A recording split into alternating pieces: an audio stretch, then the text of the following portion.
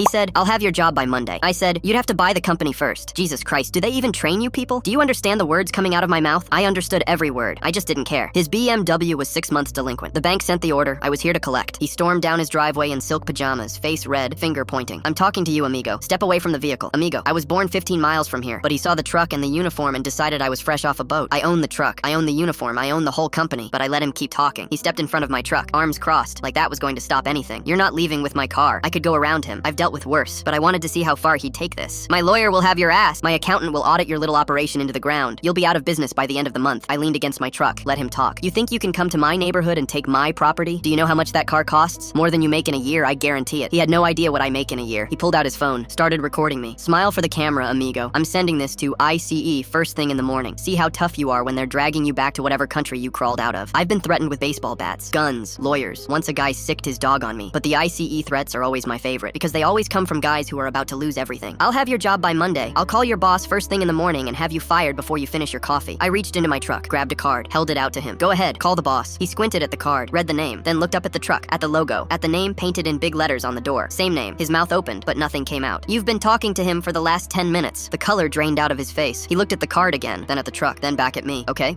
let's slow down here. His whole voice changed, softer now, friendly almost. I think we got off on the wrong foot. I didn't say anything. Look, I've had a rough night. I wasn't thinking straight. You understand, right? Businessman to businessman, businessman. 30 seconds ago, I was a landscaper who didn't speak English. What's it gonna take to make this go away? He reached into his pocket, pulled out a money clip, started peeling off hundreds. 500, right now, cash. You drive away, tell the bank you couldn't find the car. Everybody wins. I watched him count the bills with shaking hands. 1,000, final offer. Come on, man. Work with me here. I looked at him for a long moment. Let him hope. 6 months ago, you could have made a payment. 3 months ago, you could have called the bank. Tonight, you called me a landscaper. Threatened to call ICE, and now you're trying to bribe me with cash. I took the card back from his hand. The car's going. That part's not changing. There's been a misunderstanding. His voice was smaller now. Has there? That's when the patrol car turned onto the street. The cop had probably heard the yelling from a block away. He pulled up, got out, flashlight in hand. Someone want to tell me what's happening here? The guy pointed at me. He's trespassing. He's trying to steal my property. I handed the officer my paperwork without a word. He scanned it, looked at the BMW, looked at the guy in the bathrobe. This is a lawful repossession, sir. You need to step back and let him do his job. This is insane. I want his badge number. I want to file a complaint. The cop tilted his head. Sir, have you been drinking? I had a few drinks in my own home. That's not a crime. It is when you walk out into the street and start causing a disturbance. He ran him through a field sobriety test right there in the driveway. Failed. Breathalyzer. Failed. I watched them cuff him while I finished securing the BMW. Filed the repo as hostile recovery. Added every fee the contract allowed. After hours. Hazard. Obstruction. Police involvement. The maximum. His car got repossessed. He got a DUI. I got paid triple. And somewhere out there is a mugshot of a guy in silk pajamas who thought he was untouchable. My dispatcher asked me the next morning why I was smiling. I told her it was a good night. She looked at the paperwork. Saw the fees. Hostile recovery? Police involvement? What happened out there? I shrugged. Guy wanted to talk to the owner. She laughed. Bet he regrets that more than she knows.